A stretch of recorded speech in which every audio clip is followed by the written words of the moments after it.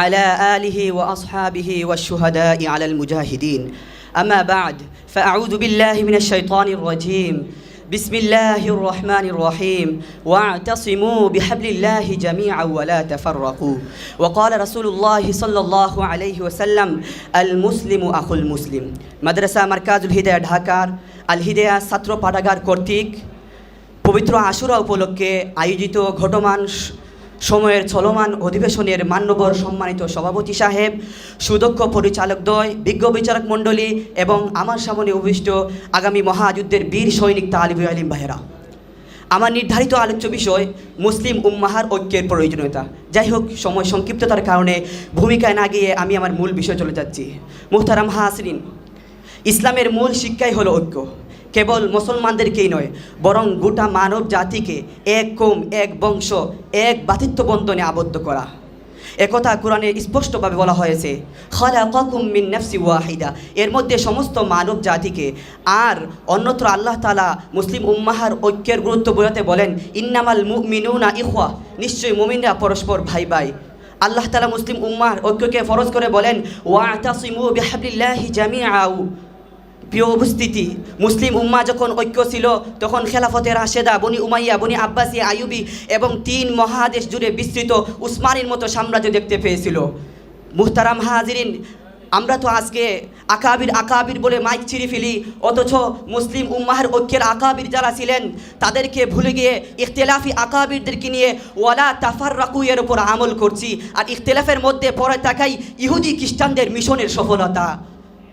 উম্মাহার ব্যথা বিদিত প্রিয় হাজিরানে মজলিস, আজকে দেখুন ক্ষুধাদ্রোহী শাসন বিশ্বজুড়ে তাগুতি শক্তির বিস্তৃত জালে আটকা পড়ে আমরা যে ধরনের বেইজ্জতি, লাঞ্ছনা, নিপীড়ন, শোষণ ও গঞ্জনা দিন দিন কাটাচ্ছি।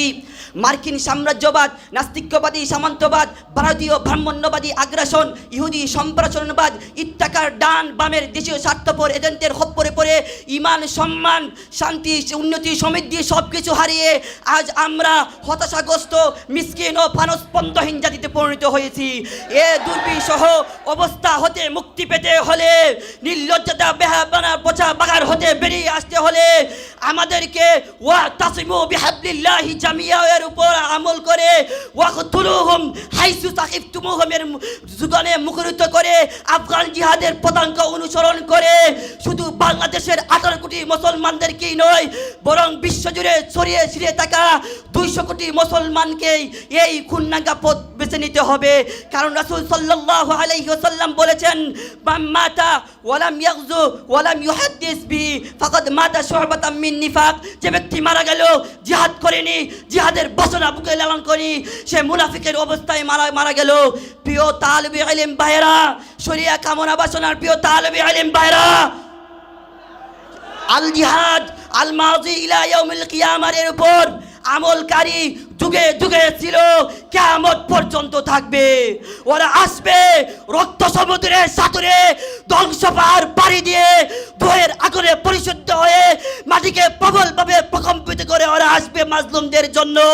আজ হোক কাল হোক ওরা আসবে, সীমান্ত ভেঙে আবার সীমান্ত করা হবে। মরক্কো থেকে ইন্দোনেশিয়া, কাশ্মীর থেকে জেরুজালেম, কাশগড় থেকে কাছেন, বাবরি থেকে আকসা, আল্লাহর ইচ্ছায় রাসূল সাল্লাল্লাহু আলাইহি ওয়াসাল্লামের পতাকা নিচে এমন এক বাহিনী প্রস্তুত হবে যাদের হাতে সব ধরনের ঋণ পরিশোধ হবে। ওই দিন ইনশাআল্লাহ, ওই দিন ডিজিটাল ফেরাউন, যুগের আবু জাহেল, গুজরাটের কসাই মুদির কসাইগিরি শেষ হয়ে যাবে। ওই দিন নব্বম নমরুদ, ট্রাম্পের দাম শেষ হয়ে যাবে ইনশাআল্লাহ। ওই দিন বেশি দূরে নয়, যেই দিন দিল্লির লাল কেল্লায় আল্লাহু আকবারের পতাকা পথ পথ করে উঠবে। ওই দিন বেশি দূরে নয়, যেই দিন আমেরিকার ওয়াশিংটন হাউসে আল্লাহু আকবারের পতাকা পথ পথ করে উঠবে। আবার সোনালী ইতিহাস ফিরে আসবে, আবার সোনালী ইতিহাস ফিরে আসবে। নাসরুম মিনাল্লাহি ওয়া ফাতহুন করিব।